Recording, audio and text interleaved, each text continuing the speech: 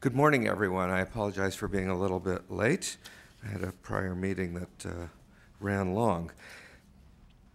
But we'll begin now with a roll call. Bloom. Here. Gordon. Here. Obernolte. Here. Patterson. Williams. And let's start with the vote-only calendar, please. I should make an announcement first, and that is that under Department of Food and Agriculture on the vote-only calendar, issue number 5, organic waste, is pulled from the calendar. We will not be addressing that today. Is there a motion on the vote-only calendar? Yep, move the vote-only calendar with the deletion of issue number 5 under category 8570.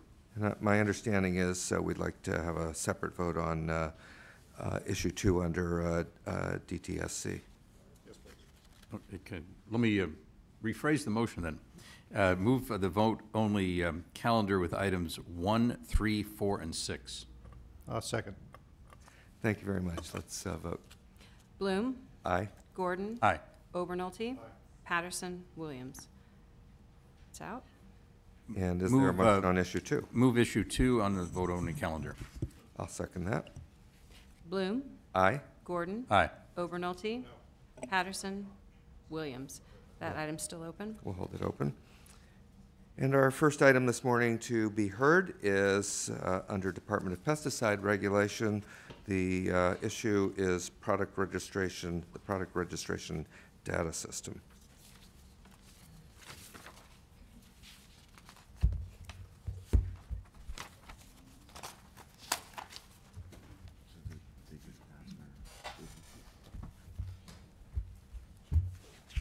Good morning.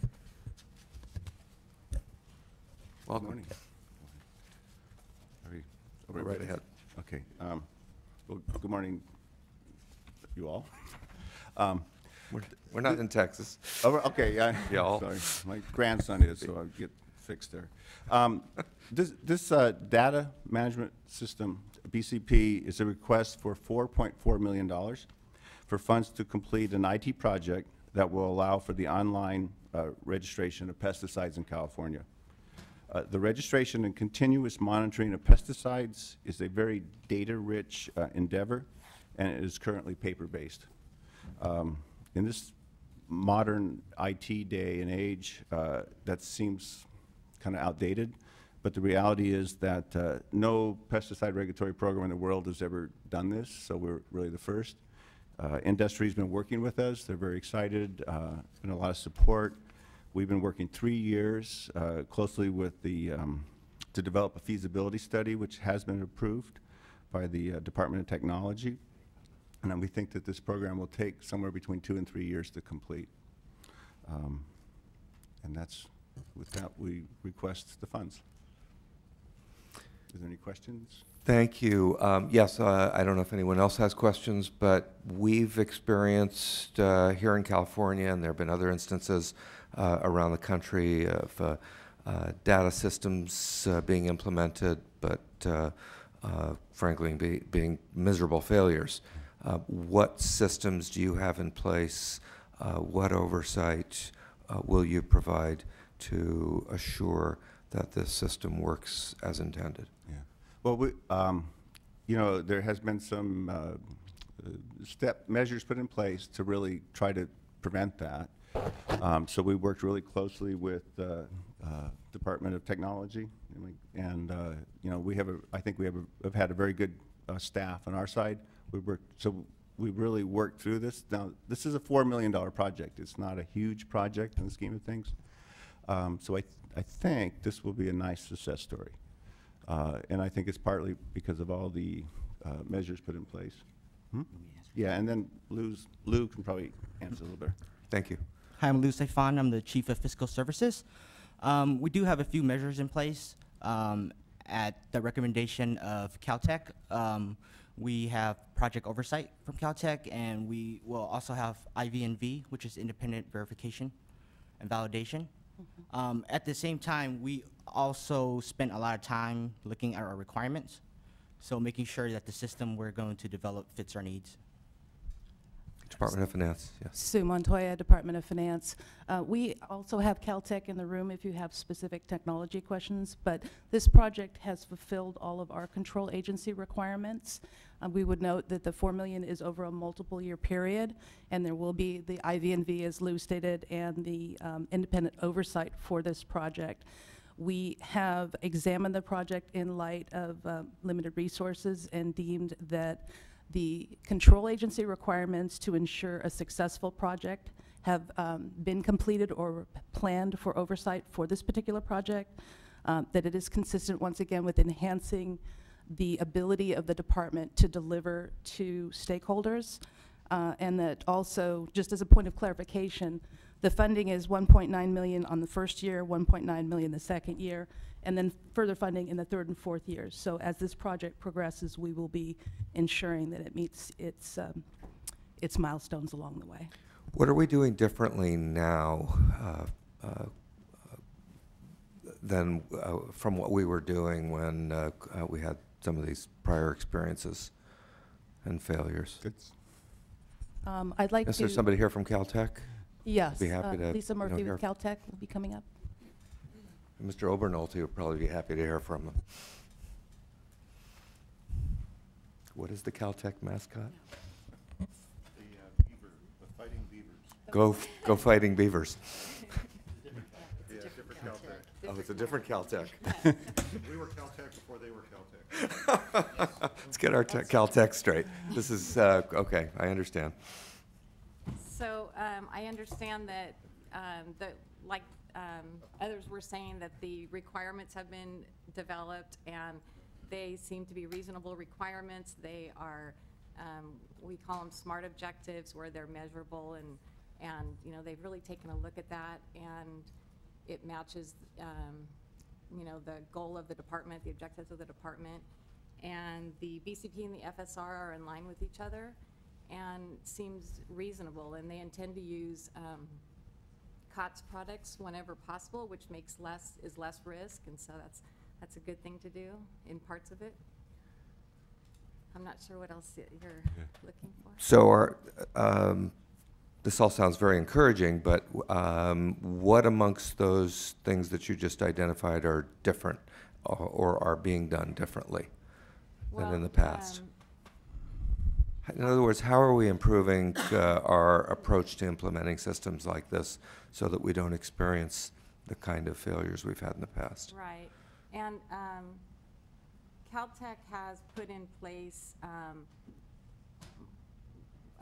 we're putting in place more of a collaborative process with the departments to work closely with not only IT, but with the business, to make sure that that we're asking the questions so that the departments are thinking about the right things to be thinking about ahead of time. And we're making sure that as they go through the approval process beforehand, before the project is actually started, that they are looking at their data and they're seeing if, looking at if data needs to be cleansed or anything, you know, needs to happen to it, if it's going to be converted, and taking care of some of those pre-project things actually before the project starts, which is, you know, highly recommended, and a lot of departments kind of jump right into a project and expect the vendor to do a lot of those things, and so we are, you know, trying to get the departments to look at those things ahead of time and work with us. You know, we will be providing oversight, like they said, and we required IV&Vs, and that's the technical oversight part of it. Okay, thank you. Are there any other questions? Mr. Obernolte. Thank you, Mr. Chairman. So no one is more in favor of converting to electronic process than I am, but I have a concern, which is if we're proposing to spend $4 million developing this system, and we process about 5,000 pesticide applications a year. And if you just do the math, so we're going to spend $800 per application converting to an electronic system. So what's our rationale for doing that? Because there's got to be a point of diminishing returns, right? If there were 10 pesticide applications a year, it clearly wouldn't make sense. If there were 1 million, it clearly would make sense. 5,000 seems, you know, right on the edge. Can you speak to that? Well, go ahead, Lou. We process about 13 or 14,000 products per year, but at the same time, so registration and processing, it's an annual process. So it's not that we will only process the pesticide product once. It will be an annual thing as well. Okay, so let me restate what I heard you say. You're saying that we're spending this money now, so we might, so even if it's 15,000, we're spending $300 in application, but we're doing it once, and that'll save us money in the future. Yes. Yeah. It also gives us a better ability to monitor what's going on, which is an important part of what we do. And you have to remember these, a new AI, a pesticide, the amount of data that comes with that is astounding. You know, the required test, the protocol to get a pesticide registered requires a very large body of research. And so right now we have that in paper form. So there's not that many products in Away 5000, and there's not that many what we call AIs, but it's the basic chemistry. You know, we're looking at about 1,000 or so, and you know, that we all rely on. But the amount of data that is required to get that into our registration process and then to monitor it is, you know, that much. Ann's in charge of the registration. You know, it's an astounding amount of data. I think I saw how much bytes it takes, and it's kind of crazy. But it is, you know, it's a very data science-based endeavor. So $800 is actually a pretty good deal. I have to. In the late 70s, I went to work for one of the largest financial institutions in the world when they were first going to do an online, you know, we had IBM 360s, and we were sending them, you know, and the learning process is always intense on a good, you know, when you're pushing the envelope in IT. But I think with, you know, working with our sister agencies, we're working, as I said, with the registrants, the companies that have to submit us. Our staff has worked, US EPA has worked on similar projects that our people actually worked with them on, so we're learning from others as well. So this is an important step for us, and I think it's, you know, I have faith in it, so. All right, thank you, Mr. Chairman. Thank you. If there's no further questions, is there a, good morning, Mr. Williams. Is there a motion? Approve. I'll second. Thank you. I have a motion and a second. Let's vote. Bloom, Aye? Gordon. Overnolte. Patterson, Williams. Measures out. Thank you. All right, we'll move on to Department of Toxic Substances Control, and we have 4 issues. We'll start with issue 1, Exide 2014 Enforcement Order.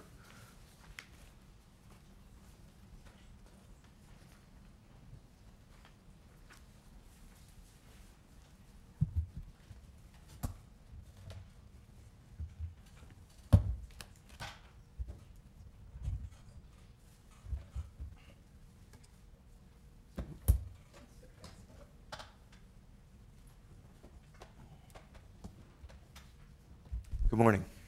Good morning. Welcome to Budget Sub 3. Thank you so much. Please feel free to proceed. Good morning, Mr. Chairman and members of the committee. My name is Barbara Lee, and I am the new director of the Department of Toxic Substances Control. I appreciate the opportunity to speak with you today, and I thank you for taking up our budget. Could you speak a little more directly into the mic? Sure thing. Sorry about Thank that. Just a few important pieces of information about the department, and then I'm going to tell you what we've done in the last year with some of the resources you provided to us in the current budget year, and then we'll go into talking about our proposals for the coming year. The department has roughly 973 employees right now. There are scientists, engineers, toxicologists, chemists, attorneys, criminal investigators, and administrative staff. We have 8 offices throughout the state of California and 2 cutting-edge environmental chemistry labs that review samples in air, soil, water, packaging, consumer products, and even human tissues in order to do some of the biomonitoring work we do. And a number of agencies other than DTSC rely on them. Our current operating budget is about $208 million. in the proposed fiscal year. And our revenue sources are special taxes and fees, federal grants, California General Fund, and fines and penalties.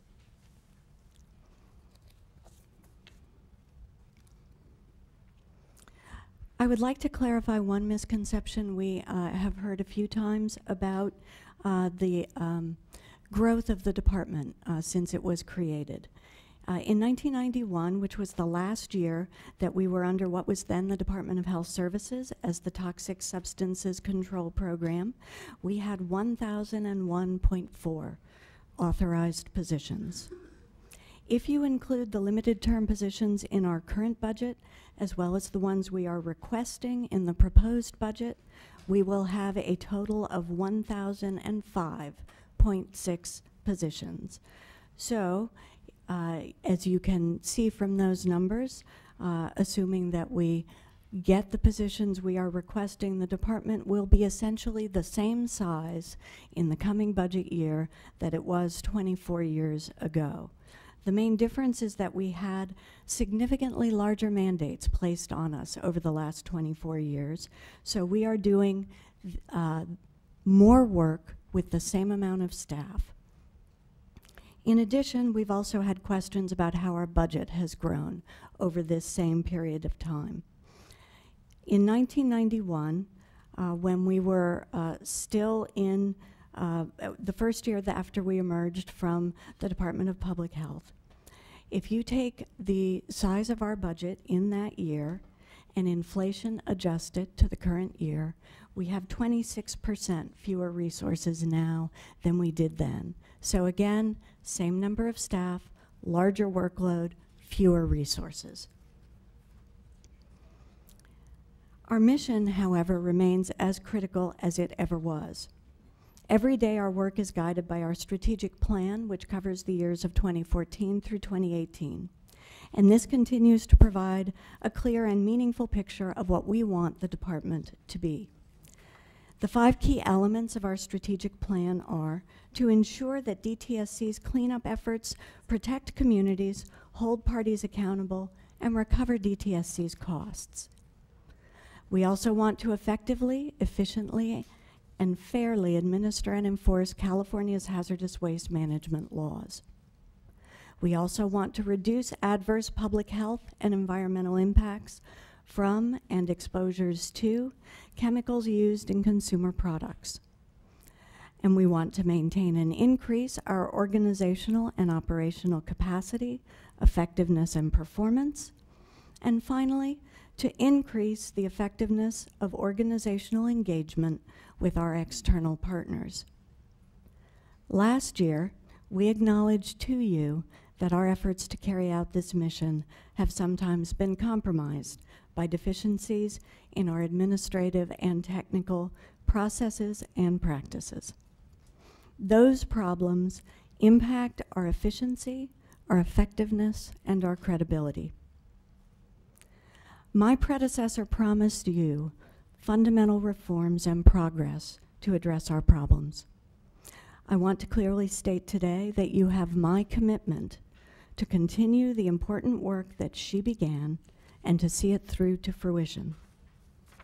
I'm also meeting with people both inside and outside the department and listening to their perspectives on what we need to do to improve the quality of service that we provide.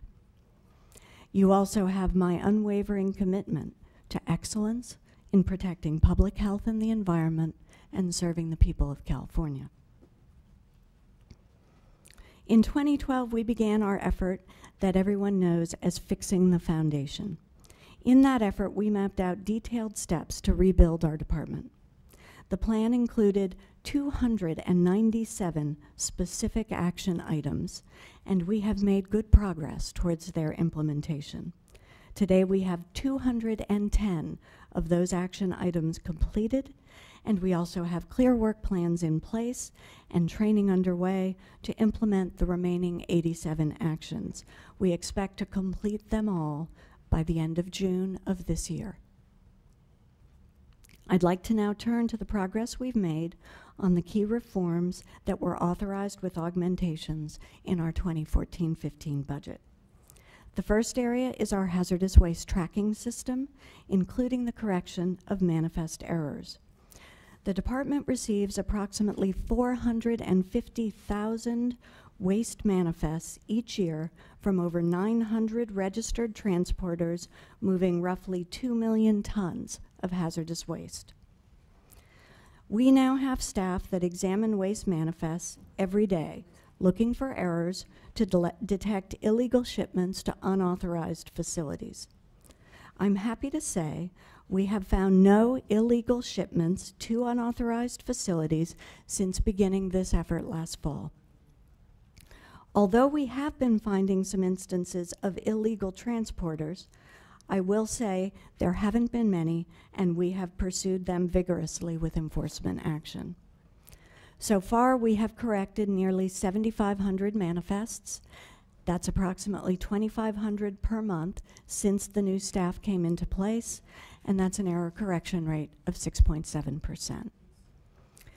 We also have a project to make strategic changes to our hazardous waste tracking system, which relies on manual data entry from the fifth carbon copy of the waste manifest for each of those 450,000 manifests we receive. Our challenge is that the federal government specifically mandates the inefficient form of the paper system that we have to use to track shipments in California. EPA is in the process of enhancing their system, but there is no firm timeline for completion of their effort. Our goal is to make strategic improvements to our system while EPA continues to work to bring about their changes. We recognize now that additional work needs to be done to improve the system so that all hazardous waste is tracked and data is easily accessible to our inspectors, and we will keep you apprised of the progress. Turning now to cost recovery. Since 1987, we have spent approximately $1.9 billion to clean up contaminated sites in California. The department has recovered about 90% of those costs. Last year, however, we identified roughly 10% of those costs, or about $94 million, since the beginning of the cleanup effort began, that were not accounted for. In the current budget, we received 14 two-year limited term positions and $1.6 million to evaluate and take action to reduce those unrecovered costs and to improve our cost recovery procedures going forward. In addition, last August, the state auditor released an audit report identifying 11 additional recommended improvements in the department's cost recovery program. DTSC has submitted mandatory progress reports on implementing those recommendations last October and then again in February. At this time, 6 of the 11 recommendations are fully implemented. 2 of the 11 require action by the legislature, and bills have been introduced by Environmental Safety and Toxics.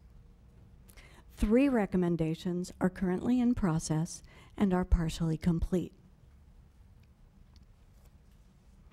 Of the $194 million in unresolved costs, $52.2 million are now resolved. This includes $6 million in direct collections, $29 million for which there are no responsible parties, so those costs are assigned to our orphan fund, and the remainder have largely been resolved through data correction. Another $69 million in costs are associated with sites referred to the Attorney General or other prosecutors for litigation. They're in other legal action or they're in bankruptcy. And that leaves $71 million, and we're on track to resolve those in the coming budget year. Specifically, we have developed 27 detailed cost recovery procedures to ensure consistent and rigorous pursuit of reimbursements. We have trained 400 staff in the use of the procedures. That is nearly half of the department. Also, more than 200 staff members have received intensive and targeted training. We've created a centralized and integrated electronic tracking tool with a visual display of performance metrics that we can all access, that monitors workflow, identifies the bottlenecks, measures the progress towards resolving the costs. We've also worked with the legislature to provide information to support your efforts on cost recovery legislation, consistent with the audit recommendations. Some of the specific areas being addressed are adjusting the statute of limitations, authorizing enhanced information collection for certain responsible parties, and authorizing the write-off of small debts of less than $5,000 where the cost of collecting those debts would exceed the amount we would collect. In 2015-16, we are on track to resolve the remaining $71 million in unresolved costs. We also plan to fully integrate our new cost recovery procedures into our core program work. Turning to permitting now, in late 2012, the department commissioned an independent evaluation of its permitting program. The evaluation identified systemic problems that led to delays, including a lack of clear and consistent procedures and criteria for making decisions, a lack of effective management structure and program performance metrics, as well as poor staff training. The department developed a work plan with clear deliverables and milestones to enhance its permitting process. In the current budget year, we received $699,000 and 5 two-year limited term positions to implement that work plan. In the current year so far, we have developed a complete and detailed process flow diagram for all steps and all decisions involved in our permit review process. We also received a grant from the governor's office with which we train staff to apply cutting-edge business and engineering methods using a collaborative team approach to improve performance by systematically analyzing and reducing process waste. We set 2 years as the target time frame for total review of a permit. We identified the technical review phase as the critical bottleneck, and we set a target time period for that review at 13 months. We then applied the same analytical methods to that review process to increase the amount of permits processed in the target time frame from 20% to 80%. We initiated development of key criteria, procedures, and guidance to achieve those technical review goals. We developed and launched a reporting system that publicly tracks our progress on permitting decisions and supports greater public participation in the process. And finally, as we predicted last year when we were before you, this comprehensive effort to analyze our permit process has allowed us to identify gaps in critical support functions in other offices and programs within the department that are needed to support the issuance of permits. In the proposal before you for this coming budget year, the department has proposed mechanisms to address those gaps. Finally, a few words about our permit backlog. Hazardous waste permits are issued for a defined term of up to 10 years. At that point, the facility must apply for a permit renewal.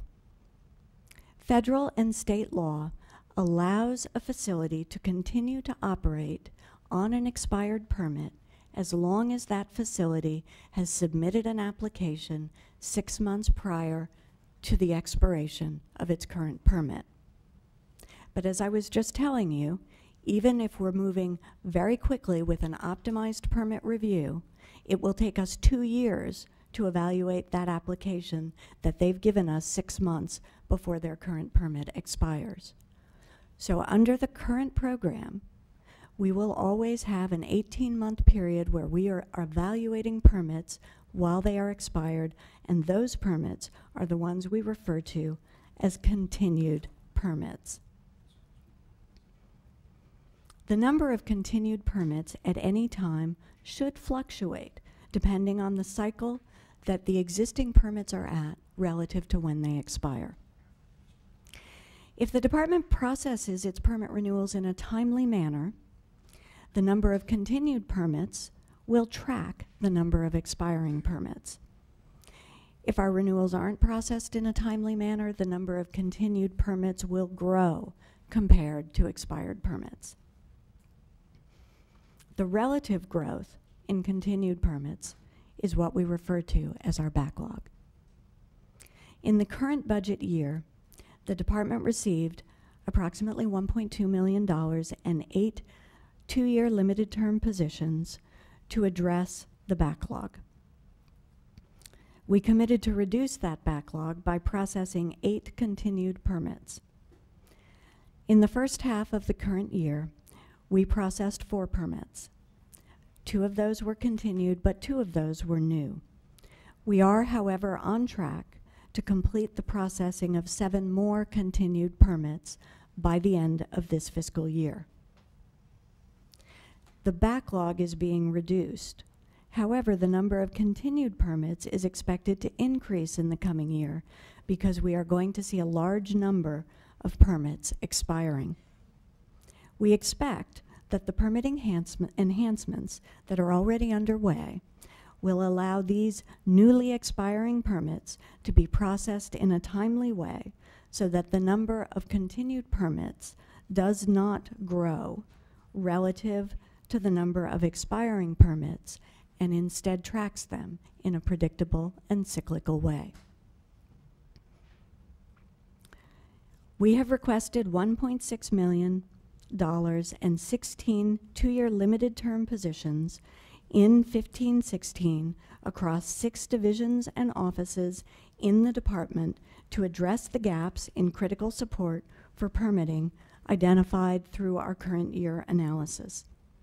We intend to finalize the criteria, procedures, guidance, and define roles and responsibilities between our program units to minimize delays and cut review times. We have also committed to process 9 continued permits in the coming fiscal year. Mr. Chairman, at this point, I would be happy to stop and answer questions about the work we've done so far with the resources you allocated to us in the current budget year, or I can describe the proposed budget change proposals for which we are requesting your approval today. No, I think you've given us a lot to think about and chew on, so why don't we pause for questions before we go into the BCPs. I'll begin by asking, if I understand this correctly, the number of continued permits has grown, and those permits are expired for up to 18 months. A continued permit is an expired permit within that 18-month window. Is that right?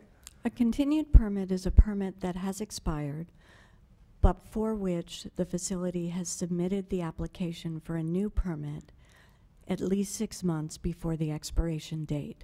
And they because can the permitting continue. time frame is 2 years. It's an 18-month So period if there of is- time for which it is considered a continued permit. If there is no backlog, and if we do process the permits in a timely way, there would be an 18-month period that those permits would be on continued status. And if there is a backlog. If there's a then backlog, it takes longer, so they operate on continued status for a longer period of time. And you have staffing that you believe will address the backlog, Yes, which will keep the continued permits within that 18-month time frame. that's correct. That's yeah. the expectation. That's the So expectation. my yes. question for you is that, in your opinion, an acceptable practice, or is it something that should be addressed? This is something I'm actually looking at now. I think if we can make changes to the program that will allow us to not have permits on continued status, that is by requiring them to submit their applications earlier, that would be to our benefit and to the public's benefit as well. I've only been here for 3 months, and so I haven't had my staff yet complete the analysis of what would be required programmatically to be able to make that change. But if legislation is needed to authorize it, we will certainly communicate that to you. And if we're able to do it in a rulemaking separate from legislation, I expect we'll proceed on that. We haven't initiated it because I want to identify all of the changes we need to make to the permit program through regulation or statute before we begin. Great, thank you for your answer. Mr. Patterson, did you have a question? Thank you. Basically, just a quick comment. My understanding was you're processing in 4 years. You're now, the goal is to process in 2? That is correct, yes. To cut that processing time in half. Yes. I mean, how realistic, it's one thing to set the goal, it's another you have a practice of 4 years. How in the world does that get cut in half?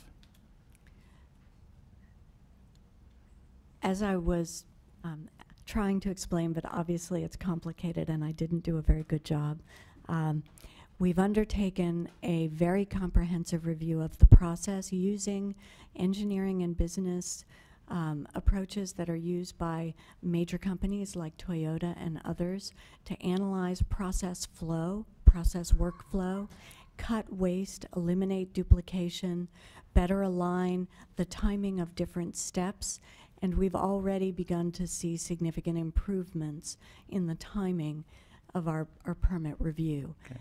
We do expect we will be able to cut it to 2 years. It's not a small thing to do. You're correct about that. We are determined to do it because we believe it will allow us to better carry out our mission. It will provide better predictability for the businesses, and it will also provide better information for the public. I did come in a little bit late. If I missed that in your presentation, appreciate you revisiting it. A quick little question to Director Lee. Back in December, Mr. Gray, myself, Mr. Wagner sent a letter regarding the proposed inclusion of spray polyurethane foam. As you know, an awful lot of my constituents and those of Mr. Gray's and Mr. Wagner's were very, very concerned about the erroneous information that was released initially when the 3 draft priority products were identified. And I really think the situation here could have been avoided. I mean, it really did cost employers, producers, employees significant economic damage, and the real concern was how incorrect or incomplete the initial information was. And I think to avoid this, if there had been a process that engaged the stakeholders before these formal statements or announcements regarding a potential priority product, because that really does send off a real signal of danger and has real effect on their ability to do the work that they do. But if that were given an opportunity to ensure that you are basing these decisions on the most accurate information as timely as possible. So I'd like to ask a question. Going forward, would you consider creating such a process whereby the department would announce it is considering a certain chemical product combination and first make an information request of industry and others before future priority products are announced? Thank you for the question, and through the chair, I think there is a lot of misunderstanding about our process. So let me start first by saying you are correct in what you think would be an effective process, and we are committed to following that kind of process. My understanding is there was quite a bit of outreach to the industry, and that the listing to which they objected was an early preliminary listing, not a final listing of any sort. So there was a stepwise process. I do think we have learned to improve that process. Going forward, We have also proposed a work plan that will govern the process we undertake for the next few years. And in that work plan, we have identified categories of products we are interested in and signaled the types of things that are of concern with regard to those products. So across the manufacturing community, they now know there are 7 categories that we are specifically interested in. So they're already beginning to engage with us on those categories. We plan to finalize the work plan after incorporating everybody's comments and release that hopefully fairly soon. We've had a number of meetings with the American Chemistry Council, with green chemistry groups and other business organizations, and largely have gotten very good feedback on the process described in that work plan. So we did learn from some of the concerns we heard voiced early on in the process, and we've made adjustments. But I also want to acknowledge the work my staff did, even in the early stages. They did do some reaching out, just clearly not as much as the industry would have liked in that case. I do appreciate the response in the affirmative, number one, and number two, your answer to our inquiry. I did feel like there was a little bit of unfinished business with respect to the question about will that process be on the front end and with full involvement of those affected, and I appreciate your response to it. Thank you. Thank you, Mr. Patterson. Mr. Obernolte. Thank you, Mr. Chair.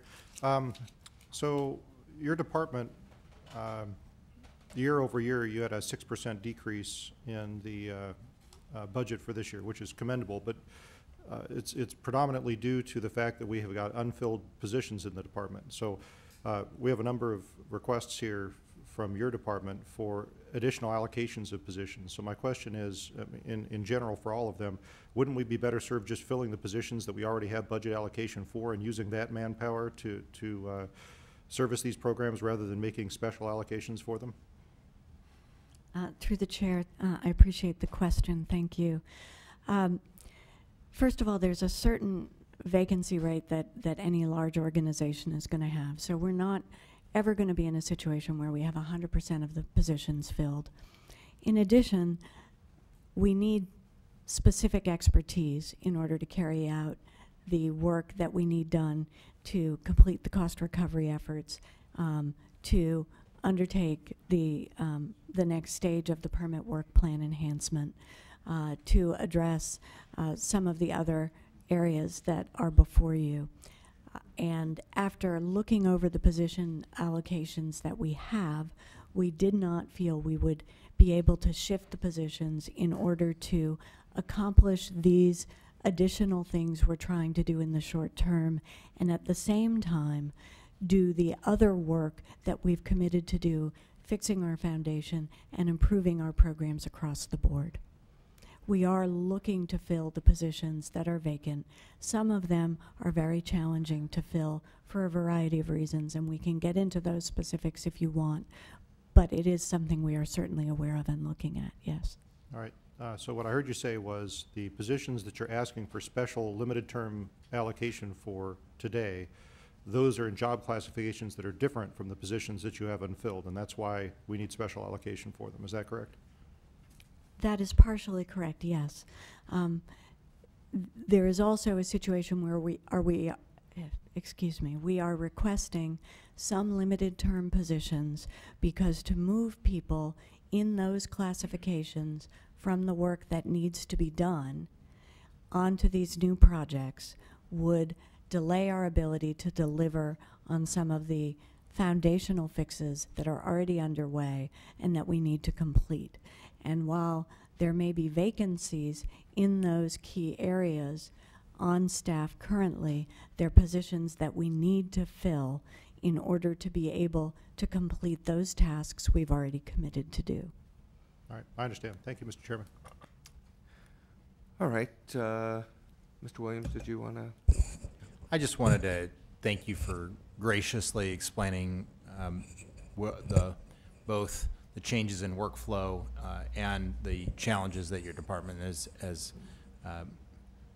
had to answer to do more with less funds, and I appreciate the drive to make your operations more efficient, and I, for one, like it when government is operating more efficiently and won't raise any protests about that. So thank you so much.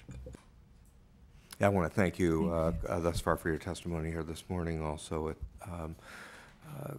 you are the third department head. I've only been here for a little over 2 years, and you're the third department head, and it was an unfortunate and unforeseen circumstance that we would have rapid turnover like that, and your department has a lot on its plate.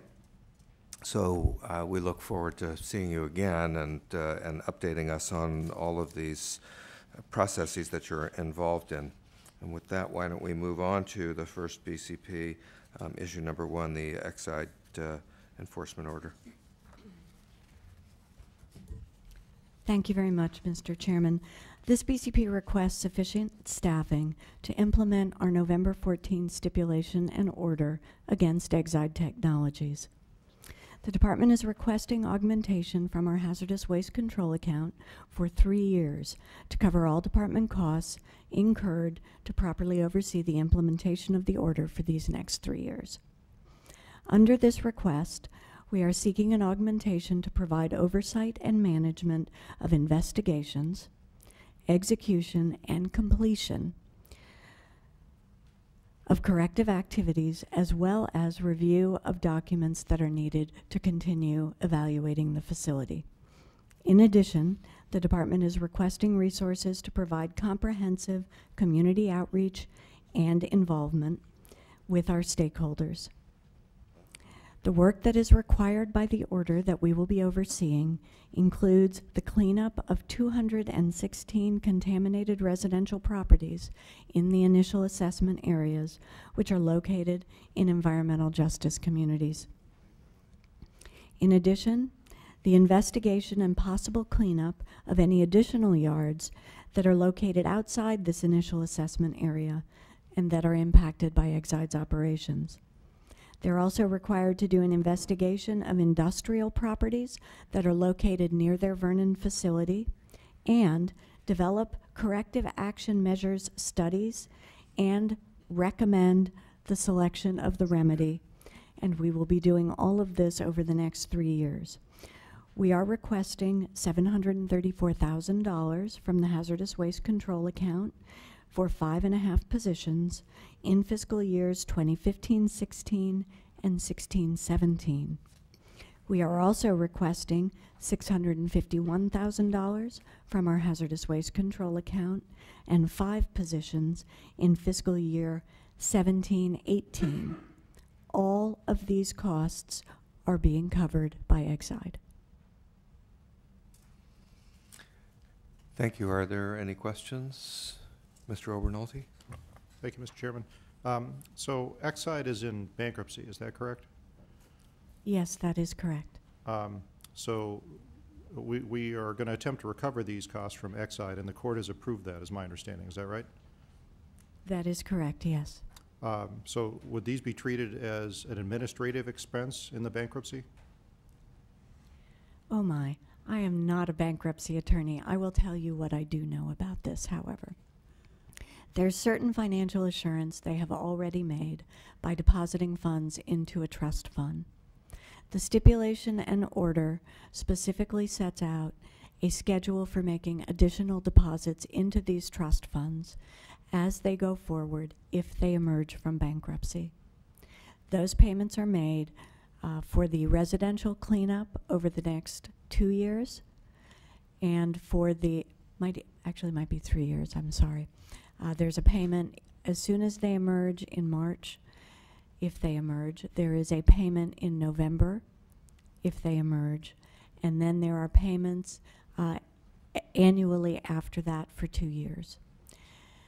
Those payments will fund the residential cleanup fund to $9 million. The $9 million is a sufficient amount to clean up every one of the 216 homes identified or yards identified to the fullest extent we anticipate cleanup could be required. Not all of those properties need to be cleaned up, and not all of those properties need to be cleaned up to that degree. So at the end of the cleanup of the 216 homes, we do expect there will be additional funds remaining that will allow us to continue work on additional properties that might be identified outside the initial assessment areas, regardless of what additional funding we're able to negotiate with Exide for those areas. Then there is the industrial area cleanup and the closure of the site that has to be funded up front. So there is a process before closure occurs. So there is a process in place in the stipulation and order for funds to be deposited in a closure and post-closure trust fund over the next 10 years to have on deposit financial assurance for the closure and cleanup of the site at whatever time Exide closes. Again, the funding of that trust fund beyond what is currently in place, and we currently have about $13 million in that trust fund, the funding of the remainder of that amount will happen over 10 years if Exide emerges from bankruptcy. So if they do not emerge from bankruptcy, then it's possible some of the money we're allocating, we will not be repaid. The funds that we are allocating here have already been provided to the department. You mean that is money that's already been deposited? That was in part of the trust account? stipulation and order. Okay, and that money is, the court's agreed not to let the other creditors come after that money? The court approved the stipulation and order, and all of the payments described in the stipulation and order are enforceable and payable as approved by the court, and the funds will be available for those if Exide emerges from bankruptcy. The court has accepted that, yes. Oh, I'm sorry, I was with you right until that last sentence. So the money is there to fund what you're asking for today, and then you said if they emerge from bankruptcy. I am sorry that I confused the issue. The funds that have already been paid to us are there and will not be taken back. When you say are there in our In trust funds, DTSC yes. bank account? I'm sorry. They've paid penalties to us, they've paid certain other costs to us, and they've set up trust funds. Who controls the trust fund? We do. We, meaning DTSC. DTSC? Yes, sorry. Okay, so the risk of more money not getting deposited doesn't affect the allocation that you're asking for today. We are definitely getting that money back because it's already been deposited in the trust fund. I believe that to be the case, and if I am misinformed, I will definitely let you know. Okay, great, thank you. Are there any other questions? Do we have any public comment? Seeing none, is there a motion? Move to approve. Second. Let's take a vote. Bloom. Aye? Gordon. Aye. Obernolte. Patterson. Williams. It's 5-0. It's out. Thank you. Issue number 2 is biomonitoring. Thank you, Mr. Chairman.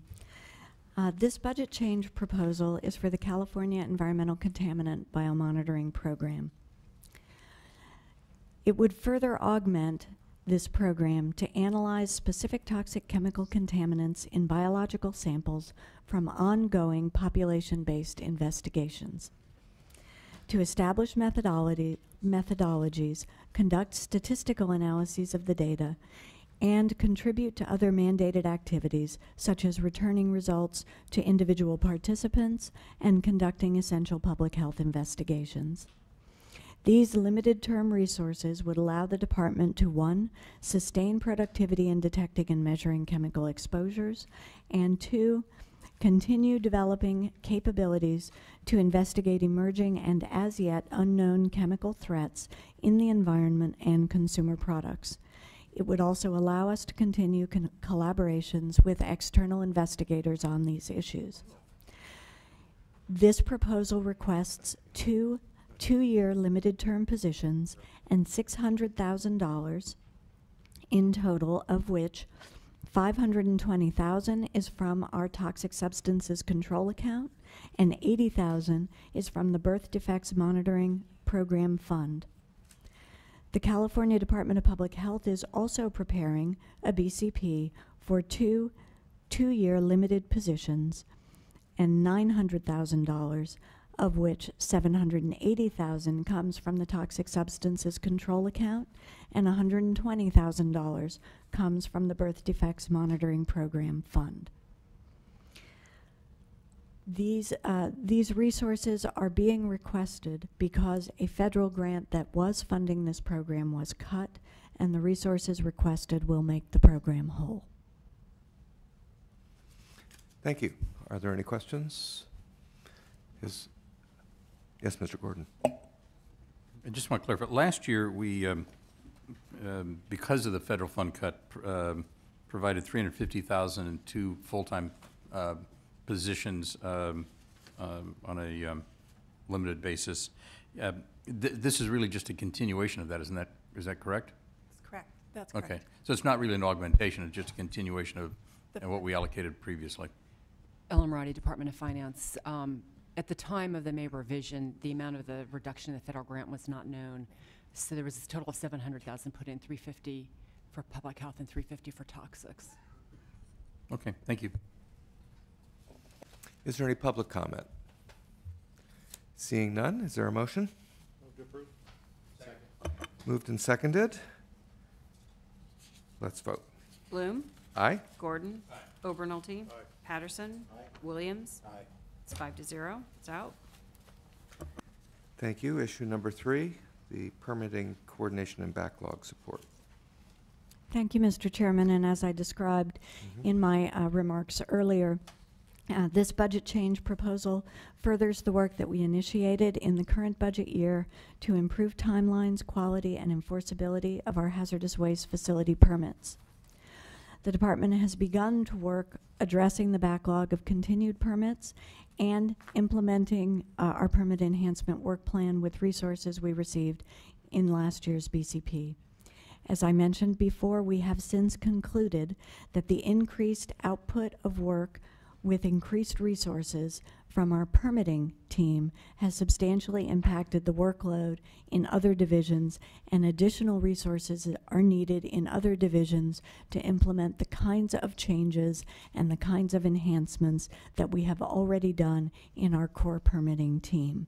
We are therefore requesting 16 two-year limited term positions and $1.6 million from the Hazardous Waste Control account to continue the enhancement of permitting evaluation across all of the offices and programs within the department that support it in order to meet our goal of issuing permits in 2 years and having those permits be enforceable and very thorough.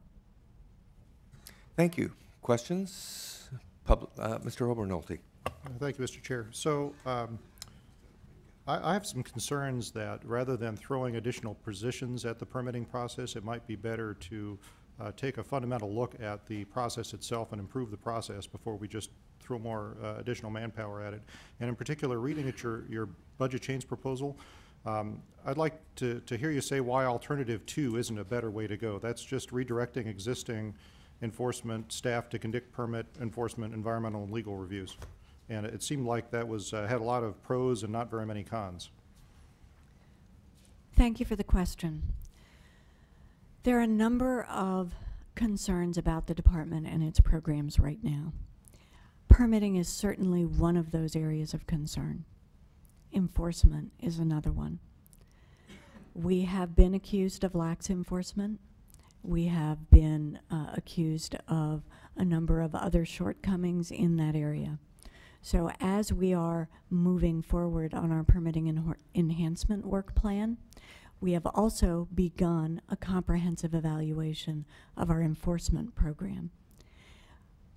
As it stands right now, there are simply not enough staff people to do the enhanced work needed to complete the redesign of the permitting program that we have already begun, which is a very systematic, very fact-based, very complete and thorough analysis and redesign of the process, which I think is precisely what you're interested in, but it does require people's time and effort to accomplish it. If we take our core enforcement staff and legal staff and others off of the work they are currently doing in order to support that effort, we will fall further behind in our enforcement program and other core programs that are also under pressure and that we are also trying to improve. So the department right now is really trying to get its core operations all up to snuff. Cost recovery and permitting are out front. Enforcement is coming behind, as are others as well, as we systematically and thoroughly move through our Fixing the Foundations efforts and the analysis and overhaul of really everything we do. Okay, thank you. Any other questions? Is there any public comment? Seeing none, a motion? Move approval. Second. Moved and seconded. Vote, please. Bloom, Aye. Gordon. Aye. Obernolte. No. Patterson. No. Williams. Aye. That's 3-2. Thank you. And our final issue is hazardous waste reduction, number 4. Thank you, Mr. Chairman. My predecessor announced a goal that would reduce hazardous waste going to California's landfills by 50% by 2025.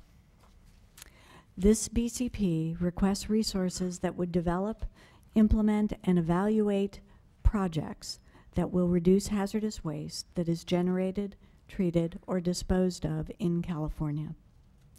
This hazardous waste reduction initiative will select up to 3 pilot-scale projects to reduce hazardous waste that is generated both in significant quantities and can pose substantial risks or hazards to human health or the environment, and are treated or disposed of in communities that are disproportionately burdened by multiple sources of pollution. The initiative is designed to effectively leverage DTSC's goal of 50% reduction of hazardous waste by 2025 through using the best available technologies and systems to reduce that waste. Where this leverage is sufficient to achieve significant reductions, additional measures can then be explored to compel action where appropriate. This initiative is the first step in creating a broader-based program to significantly reduce hazardous waste generated in California, enhance protections, and to build up more sustainable business practices and in communities throughout the state. We are requesting 6 2-year limited term positions and $840,000 from the Toxic Substances Control Account to effect this initiative. Thank you. Are there any questions? Is there any? Yes, Mr. Patterson. Are there fee increases proposed to implement this? How do you propose to pay for it? Mr. Chairman, for the members' consideration, we are not currently proposing fee increases to pay for this effort. We are using fund balance in the Toxic Substances Control Account to pay for this initiative. To the extent that these pilot projects show promising strategies that could or should be implemented through a regulation, and if those strategies could be self-sustaining through fees or other mechanisms, we will bring those forward at that time. But this is exploratory. Okay. Thank you. Yes, Mr. Obernolte. Thank you, Mr. Chairman. Once again, I'm looking at the budget change proposal and seeing that one of the alternatives is just redirecting existing staff to do this work. And my big problem with this is that I think we all agree perfection is a goal always pursued, never achieved, and we're never going to be perfect in any of our endeavors. And at some point, we just have to prioritize the resources that we have and figure out what are the highest priority uses for those resources. Because if our goal was 100% perfection in anything that we do, we could employ every person in the state of California doing it. So there has to be a point at which we balance the resources that we're spending against the goals we're pursuing. And my concern here is that if this is an important enough goal, why don't we just shift some staff over from other tasks, which is what Alternative 2 in your budget change proposal has you doing. Can you defend why you think this rises to the level of requiring more tax dollars? Mr. Chairman and Assemblymember Oberholte, I generally do agree with you in principle on that approach. I don't think at this point in time the department is in any danger of nearing perfection. That said, as I mentioned earlier, we have an enormous effort underway across all of our programs to bring them all up to not perfection, but at least good, or very good. And I certainly hope to get close to excellence because that's how I have always approached my professional obligations. But at this point in time, we have some significant deficits that we are addressing across a number of programs. This effort is still very important, however. It's important because if we can achieve the reduction in hazardous waste, we will ultimately see savings down the road because we will have fewer facilities and less waste that we have to monitor and regulate. Those 2 million tons per year that I mentioned, the 450,000 manifests that we track, if we can make real reductions in the amount of waste and the number of manifests, that will be savings downstream. But more importantly, we have communities that live around these facilities, communities through which this hazardous waste is transported, and these communities are disproportionately burdened. And we need to do something to make a change in that. And the best thing we can do is reduce the generation of the waste. The upside is not only does it protect the community and ultimately help with our resources, for businesses that generate less waste, they have resource savings too, because they save on their costs for the disposal of those wastes, and those are very expensive to dispose of. But you see my point, right? I mean, we can't every year say, we can do better, give us a few more people. We can do better, give us a few more people. You know, we could do that forever because there's always better that we can do. But at some point, we have to draw the line and say, okay, we're doing everything that we reasonably can do. And I'm just questioning whether or not this particular program rises above that line. Again, I agree with you in principle that unbridled and unlimited and endless expansion is not in our interest or in the interest of the people of California. I will recall for your consideration the fact that even if we get these limited term positions, and even if we count all of our limited term positions towards our current staffing level, we only have 4 more people than we had 24 years ago. And we have fewer resources than we had 24 years ago. And we have many, many more mandates than we had 24 years ago. So we are endeavoring to do good, solid work with less right now. And this effort in particular will allow us, I think, to do more with less later as well. All right, thank you. If there are no additional questions, is there public comment? There appears to be none. Is there a motion? So approval. Second. Thank you. Call the roll, please. Bloom. Aye. Gordon. Obernolte. Patterson. Williams. Aye. It's 5-0. Thank you. Thank you very much for your testimony this morning. We look forward to seeing you again. Thank you, Mr. Chairman and committee.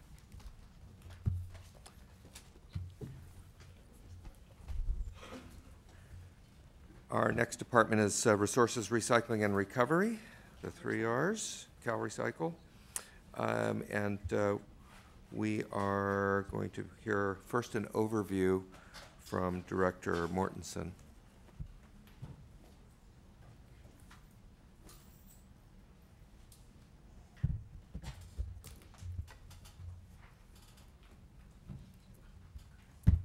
Good morning. Good morning, committee members. I'm Carol Mortensen, the director of Cal Recycle. I didn't need those last year. Yeah, thank you for, we've got a couple quick updates for you. If you want to hear anything specifically about any of my other programs, let me know, but I figured we'd cut to the chase and talk about tires and bottle bill, since those are the 2 items on your agenda, if that's okay with you all. Does that work? Sure. All right. So Cal Recycle is tasked with managing waste tires in California.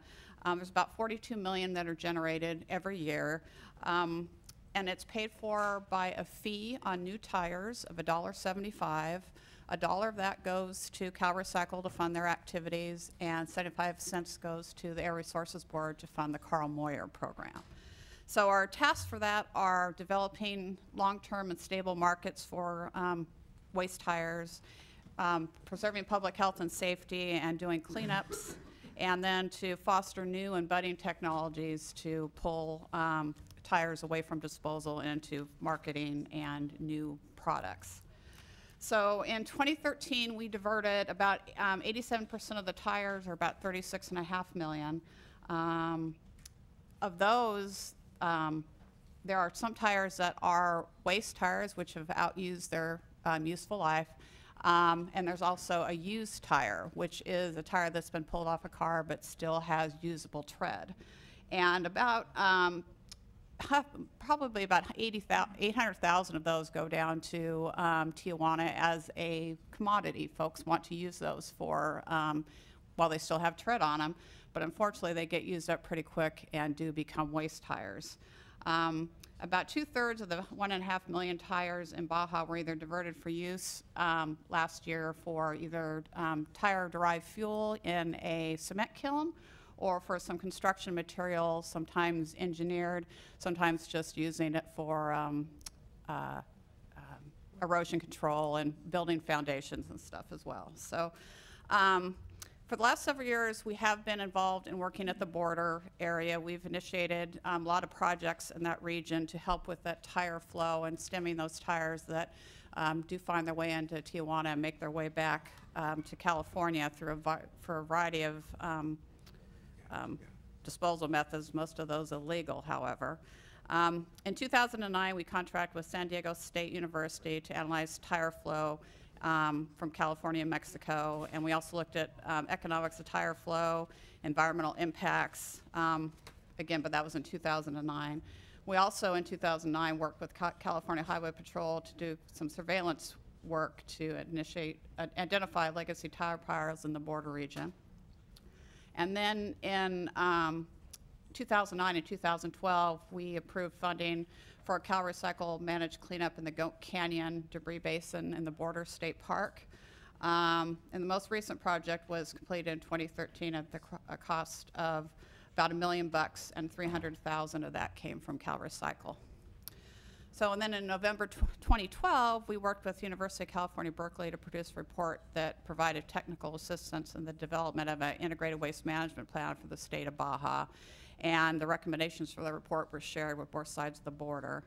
And last year, we trained about 50 Mexican tire haulers through our program on our registration of manifest program. And we established a Spanish-speaking hotline where our staff can provide information about our program and any other waste tire information. And we did that in cooperation with the Association of Used Tire Dealers for the Mexican states and Baja, and Baja California Sur, and Sonora. So while we've been working on it, sporadically over the years, it's a very complex issue, which I think you'll hear from some other folks on this, that it's not going to be solved by just one entity. It needs to be a partnership. So we are continuing to work with our partners on the issue, and we're always open to more creative ways and new partners that may have ideas on how to solve not just the solid waste, not just the tire program, but the solid waste problem as well. As a lot of what is being cleaned up in those basins, not just tires, it's solid waste as well. So we've got a pending MOU, Memorandum of Understanding between Cali, PA and the federal Mexican government. And we're going to work with them on that, and includes tires and solid waste. So that's another endeavor we're taking. And as always, we're committed to doing our part on the important issue and working with the committee on the development of a pilot project in a spirit of the recommendation and the committee's analysis. Thank you. Yes, that does tee up issue number 1. And I assume you've reviewed the trailer bill language and it's placeholder for the... Yeah, no, we're anxious to work with your staff and the speaker's staff to try to ID some projects and see what, work with our other partners as well, including the regional board from the area, to come up with a plan to move some things forward. Great. Thank you. Does Department of Finance or LAO have anything to add? Sue Montoya, Department of Finance. We look forward also to seeing the language to look at what is being proposed and to make sure it's consistent with the allowable uses for the tire fund. Thank you. Mr. Obernolte, you have a question? Thank you, Mr. Chair. I actually think the program itself has a lot of merit, but I have concerns about the way that we're approaching approval. Can you explain why we only have placeholder trailer bill language and why it wasn't possible to get the actual trailer bill language in place for our approval? We've been working with the committee. I think it's, like I said, there's a lot of folks involved. So I think we're looking for some ideas from your staff and others, and to see, while we're doing our work as well. So, yeah, we didn't have input into that. Well, we looked at it, but we didn't have any input into the trailer bill yet. So, what the final version would look like. So we're working on that. Okay. Well, I mean, normally this would be something I wouldn't have a problem voting for. I'm just having a hard time justifying why we're voting for something when we can't see the trailer bill language. I think there's a transparency issue there. Thank you. Are there any other questions? Is there any, Mr. Williams, yes. While that's ideal, I think as a freshman, you may become used to the fact that we don't always see the trailer bill language until very late. I would appreciate generally even seeing trailer bill language a week or two before the budget is passed. This is long before that time, so I do think you have time to give us it far sooner than you will see some of the trailer bill language in the budget. Yes, Mr. Gordon. Mr. Chair, is it, if we adopt the placeholder language, I mean, I look at that as signifying that, we want to see final language. We want you to develop something that we're kind of giving direction. And my understanding would be that, we should have an opportunity to see final language at some point.